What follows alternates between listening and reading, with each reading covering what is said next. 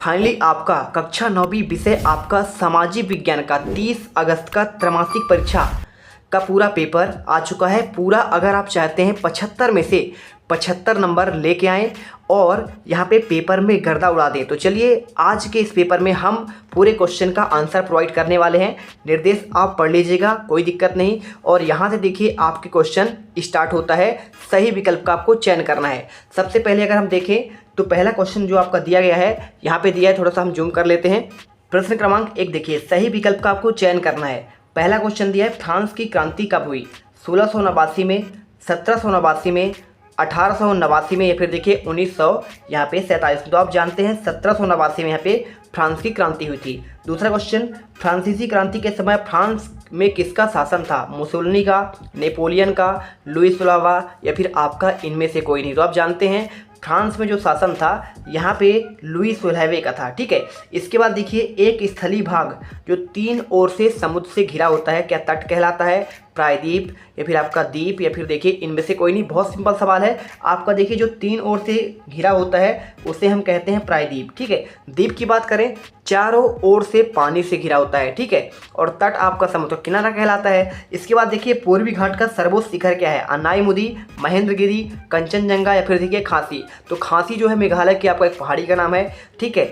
गारो खासी जयंतिया। और कंचनजंगा क्या है? सिक्किम का हमारा जो है, ये हमारे देश का दूसरा सबसे ऊंचा शिखर कहलाता है कंचनजंगा, जिसकी ऊंचाई जो है ना यहाँ पे कितनी है आपका, यहाँ पे 4800 आपका देखिए 85 किलो आपका मीटर कहलाता है। ठीक है। इसके बाद महेंद्रगिरी की बात करें तो महेंद्रगिरी आपका यहाँ पे है नहीं। अन्नाईमुदी देखिए, पूर्वी घाट का जो सबसे आपका सर्वोच्च शिखर हो जाएगा, ये आपका हो जाएगा अन्नाईमुदी। ठीक है। इसके बाद देखिए 2695 आपका इसका जो है इतने मीटर है, ऊंचा है, यानी कि लगभग आपका देखिए 2.5 किलोमीटर। इनमें से कौन सा स्थायी पूंजी नहीं है? बीज, मशीन, जनरेटर, या फिर देखिए आपका औजार। तो देखिए सिंपल सा आपको आंसर जो है, स्थायी पूंजी कौन सा नहीं है। हम एक बार मशीन खरीद लेंगे तो देखिए हमारे पास बनी रहेगी, वो जनरेटर भी बना रहेगा, औजार भी बना रहेगा, लेकिन बीज तो भाई नष्ट हो जाता है पानी में, या फिर आप देखिए खेतों में बो दिए ज़मीन के नीचे तो क्या है, वो बदल जाएगा और नष्ट हो जाएगा। ठीक है। इस प्रकार पेड़ से बीज से पौधा बन जाएगा। तो आपको आंसर जो है ए नंबर करना है। इसके बाद देखिए, इनमें से कौन सा स्थायी कार्यशील पूंजी है? अस्थाई की बात कर रहे हैं। देखिए स्थायी अगर होता जनरेटर, टरबाइन और थ्रेसर, ये हमारा क्या है? स्थायी है। अस्थाई हमारा होगा नगद रुपया। रुपया जब भी आता है हाथों से निकल जाता है मेरे प्यारे रसगुल्लो। चलिए चलते हैं इसके बाद आपके नेक्स्ट आपके रिक्त स्थान वाले क्वेश्चन पर।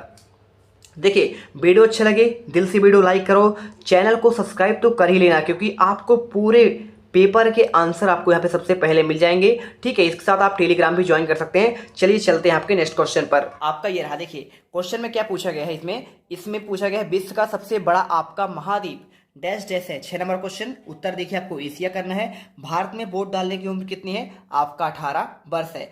कार्ल मार्क्स ने देखिए क्या लिखा था? आपका दास कैपिटल नामक ग्रंथ लिखे थे। इसके बाद देखिए, भारत के राष्ट्रपति का कार्यकाल कितना है? आंसर आपको देखिए 5 वर्ष करना है। लोकसभा सदस्यों का चुनाव चिन्ह देखिए कौन प्रदान करता है? तो आपका चुनाव आयोग आंसर कर देना है। इसके बाद देखिए थोड़ा सा मैं आपको जूम करके दिखा देता हूँ। ये देखिए आपका थोड़ा सा ये जूम हो गया।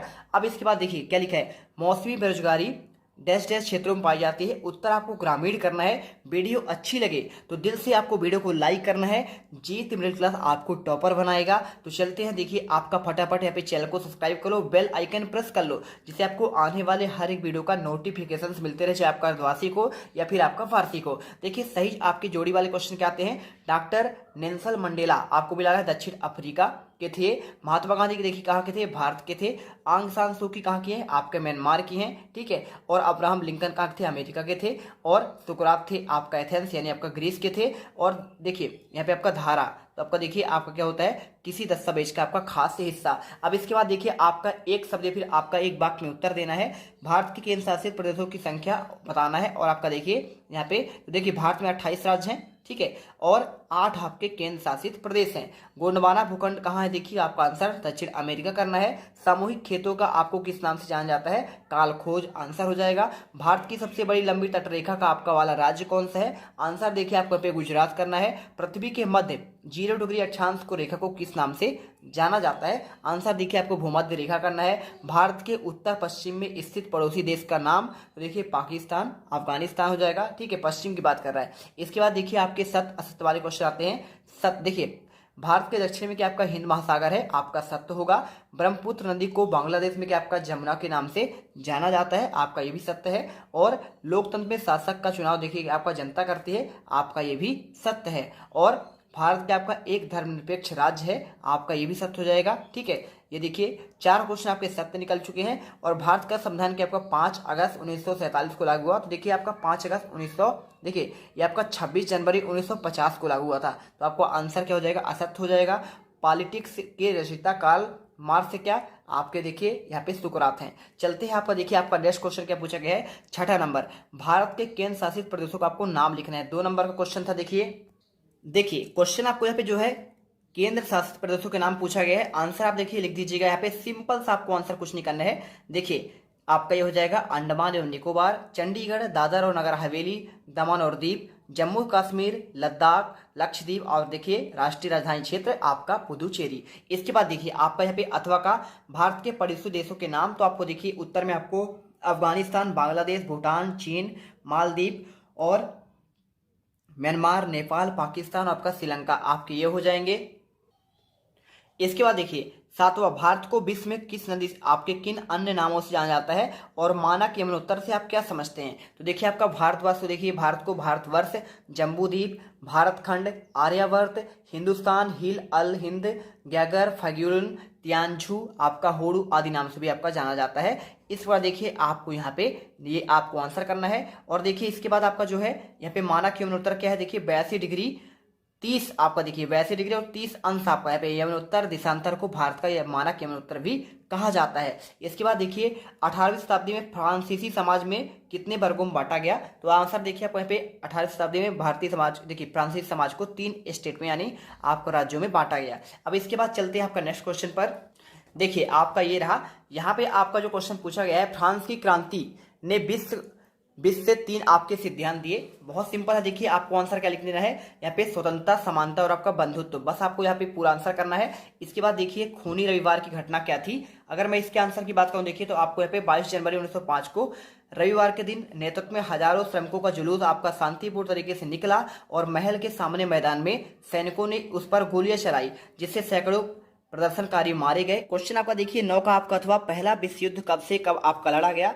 उत्तर में देखिए आपको लिखना पड़ेगा यहाँ पे 28। देखिए प्रथम विश्व युद्ध होने वाला यह वैश्विक युद्ध था जो 28 जुलाई 1914 से लेकर 11 नवंबर आपका 1918 तक चला। ये पूरा आंसर कर लीजिएगा। इसके बाद देखिए आपका जो क्वेश्चन आता है 10वां, लोकतंत्र की परिभाषा। तो देखिए आपको लोकतंत्र की परिभाषा आपको यहाँ पे ये पूरा आपको लिखना पड़ेगा। इस पर देखिए आपको लिख दीजिएगा। देखिए आपका ये रहा, लोकतंत्र शासन प्रणाली एक प्रकार की सरकार है जिसमें सर्वोच्च शक्ति जनता में आपका निहित होता है और जनता द्वारा प्रत्यक्ष और अप्रत्यक्ष रूप से प्रतिनिधित्व प्रणाली के आपके माध्यम से इसका प्रयोग किया जाता है। तो देखिए पूरा आपको आंसर ये लिखना है। इसके बाद देखिए आपका यहाँ पे अथवा का 5 लोकतांत्रिक देशों के नाम। तो देखिए आपको आंसर जो है यहाँ पर आपको ये मिल जाएगा, फ्रांस, अमेरिका, फ्रांस, देखिए Bharat, America, France, Germany, Brazil और आपका ऑस्ट्रेलिया हो जाएगा। इसी के साथ देखिए आपके यहाँ पे संसदीय शासन प्रणाली की बात कर रहा है तो आपको इसका आंसर देखिए आपको यहाँ पे पूरा लिख देना है। संसदीय लोकतंत्र सरकार का एक ऐसा रूप है जहाँ सरकार के मुखिया और अपनी लोकतांत्रिक आपका वैधता विधायिका को बहुमत के आपके समर्थन को नियंत्रित करने के लिए उनकी क्षमता से मिलती है, जिसके लिए जवाबदेह ठहराया जाता है। सरकार का यह मुखिया आमतौर पर, लेकिन हमेशा नहीं, राज्य के औपचारिक प्रमुख से आपका अलग होता है। इसके बाद 11वां देखिए आपका यहाँ पे क्या है, संविधान सभा के 5 आपके सदस्यों के आपको नाम बताना है। तो देखिए आपको यहाँ पे 5 सदस्य, डॉक्टर राजेंद्र प्रसाद, डॉक्टर भीमराव अम्बेडकर, सरदार वल्लभ भाई पटेल, श्यामा प्रसाद मुखर्जी, जवाहरलाल नेहरू, आपका देखिए मौलाना अबुल कलाम आजाद, आपके देखिए आपके आदि इस सभा के प्रमुख सदस्य थे। इसके बाद देखिए संविधान, देखिए क्या लिखा है यहाँ पे, वयस्क मताधिकार क्या है, 12वां क्वेश्चन। अगर मैं इसके आंसर की बात करूं तो देखिए सार्वभौमिक वयस्क मताधिकार जाति, लिंग, धर्म, स्थिति, जातीयता आदि के बावजूद सभी नागरिकों को वोट देने का अधिकारी आपका कहलाता है सार्वभौमिक वयस्क मताधिकार। अथवा का देखिए क्वेश्चन यहाँ पे क्या पूछा गया था, संविधान निर्माण क्यों आवश्यक है। तो देखिए किसी भी देश को सुचारू रूप से चलाने के लिए संविधान की आवश्यकता पड़ती है और इन्हीं के लिए भी आपका संविधान कानूनों को एक महत्वपूर्ण दस्तावेज है जो सरकार की मूल संरचना, इसके कार्य को निर्धारित करती है, जो सरकार के अंगों तथा नागरिकों के आधार पूर्ति पर अधिकारों को परिभाषित और आपका सीमांकित करता है। इसके बाद देखिए आपका बेरोजगारी पूछा गया है। यहाँ पे क्या पूछा गया है, देखिए बेरोजगारी, तो शिक्षित बेरोजगारी का अर्थ ऐसी बेरोजगारी है जिसको शिक्षा प्राप्त किए हुए युवाओं को रोजगार की प्राप्ति नहीं होना। शिक्षित रोजगारों में उन्हीं लोगों को सम्मिलित किया जाता है जो एक विशेष शिक्षा की प्राप्ति की है लेकिन उन्हें रोजगार की प्राप्ति नहीं हुई है। इसके बाद देखिए आपका यहाँ पे ये आपका हो गया बेरोजगार की क्या सा है। तो देखिए इसका आपको सा लिखना है, इस संदर्भ में जहां सक्रिय रूप से रोजगार की इच्छा रखने वाला व्यक्ति नौकरी प्राप्त करने में समर्थ है, ये कहलाता है आपका देखिए बेरोजगारी। ठीक है। इसके बाद देखिए 15वां आता है जन्म दर और आपका मृत्यु दर पूछा गया। देखिए तो आपका जन्म दर क्या होता है, प्रति 1000 व्यक्तियों पर जीवित जन्मों की संख्या के माप को जन्म दर कहते हैं। और मृत्यु दर देखिए प्रति 1000 लोगों पर प्रतिवर्ष होने वाली मौतों की संख्या को परिभाषित करने के लिए इसका उपयोग किया जाता है। अब इसके बाद देखिए आपका आता है रबी और खरीफ फसलों में आपको दो अंतर। तो देखिए पहला, इसका आपका देखो मौसम जो होता है ना, इसका आगमन आपका होता है शीत ऋतु के प्रारंभ में आपका तक चलता है और रबी फसल देखिए शीतकाल के प्रारंभ से शुरू होता है और आपका ग्रीष्म काल तक आपका यहाँ पे आगमन तक चलता है। इस मौसम का समय देखिए जून जुलाई से लेकर अक्टूबर नवंबर तक चलता है, जबकि इसका देखिए आपका अक्टूबर नवंबर से लेकर मार्च या अप्रैल तक चलता है। अब इसके बाद देखिए आपका यहाँ पे आता है गंगा नदी की प्रमुख सहायक नदियों के नाम पूछा गया है। तो यहाँ पे आपको देखिए आंसर यमुना, रामगंगा, घाघरा, गंडक, कोसी, महानंदा और आपका सोन, ये आपके देखिए इसके प्रमुख सहायक नदी हैं। और इसी के साथ देखिए फ्रांसीसी समाज में कर व्यवस्था की बात कर रहा है। तो देखिए आपको अगर मैं इसके आंसर की बात करूं तो फ्रांस के एक राजनीतिक विचारक, न्यायविद, दार्शनिक, इतिहासकार तथा उपन्यास थे, इनके बारे में आपको पूछा गया है। देखिए और आपका यहाँ पे का देखिए ये आपका हो गया ना, फ्रांसीसी समाज में कर व्यवस्था में कैसी थी। और आपका 16 का देखिए आपका जो अथवा है यहाँ पे पूछा गया। देखिए आपको यहाँ पे मॉन्टेस्क्यू के विषय के बारे में आप क्या जानते हैं। देखिए तो आपको देखिए 16 को क्वेश्चन का आंसर आपको छोड़ दिया गया था। इसका आपको जो आंसर था अथवा का, ये देखिए आपका ये रहा, ये आंसर आपको देखिए न्यायविद, दार्शनिक, इतिहासकार, उपन्यासकार कौन थे, राजनीतिक विचार आपका यहाँ पे कौन थे, मॉन्टेस्क्यू थे। कार्ल मार्क्स की पूंजीवाद पर क्या विचार है। तो देखिए आपको यहाँ पे कार्ल मार्क्स का मानना है कि एक पूंजीवाद समाज में उत्पादन के साथ साथ जैसे कारखाने और मशीनों पूंजीपतियों के स्वामित्व में जो आपका माल का उत्पादन करने के लिए श्रमिक हो जाते हैं। तो आपको यहाँ पे देखिए आपको आंसर कर देना है। इसके बाद देखिए 17वां आपको देखिए द्वितीय इंटरनेशनल क्या है। तो इसका आंसर देखिए आपको यहाँ पे आपका द्वितीय अंतर्राष्ट्रीय बारे में पूरा आंसर आपको यहाँ पे ये मिल जाएगा। तो इस पर देखिए पूरा आपको आंसर यहाँ पे लिखना पड़ेगा। यहाँ पे लिखा हुआ देखिए अपने प्रयासों में समन्वित करने वाले समाजवादियों ने एक अंतर्राष्ट्रीय निकाय का गठन किया जिसका नाम द्वितीय अंतर्राष्ट्रीय यानी सेकंड इंटरनेशनल है। 18वां देखिए क्या दिया गया है, यहाँ पे कार्यशील पूंजी किसे कहते हैं और पालमपुर में किन किन किसानों को खेती में आपका बचत होगा। देखिए 18वां क्वेश्चन देख लीजिए क्या है आपको दिया गया है। यहाँ पे कार्यशील पूंजी एक महत्वपूर्ण वित्त स्रोत है जिसका संगठन दैनिक व्यय और आपका आवश्यकताओं की पूर्ति के लिए होती है। आधुनिक व्यवसाय जगत में कार्यशील व्यक्ति पूंजी का भी संगठन में एक महत्वपूर्ण वित्त का स्रोत है जो अल्पकालीन के माध्यम से आपका संगठन की आपकी आपूर्ति करता है। इसके बाद देखिए आपका पालमपुर वाले क्वेश्चन का आपको आंसर जो है मैं यहाँ पे छोड़ देता हूँ, आप इसे खुद से करके जरूर आंसर यहाँ पे टेलीग्राम में शेयर करिएगा, या फिर आपको देखिए कोई दिक्कत नहीं, इस वीडियो के आपके बाद में रात में आपको जो है टेलीग्राम में सभी के आपके आंसर जिनके नहीं मिले हैं उनकी मैं आपको देखिए आसानी से उपलब्ध करा दूंगा। तो जल्दी से जाना जीत क्लासेस इंडिया टेलीग्राम में सर्च करना और आपका लगभग 38 से 39 हज़ार सब्सक्राइबर हैं और जाकर आप आसानी से ज्वाइन कर लीजिएगा। ठीक है, चलिए इसके बाद देखिए आपका यहाँ पे 19वां आता है।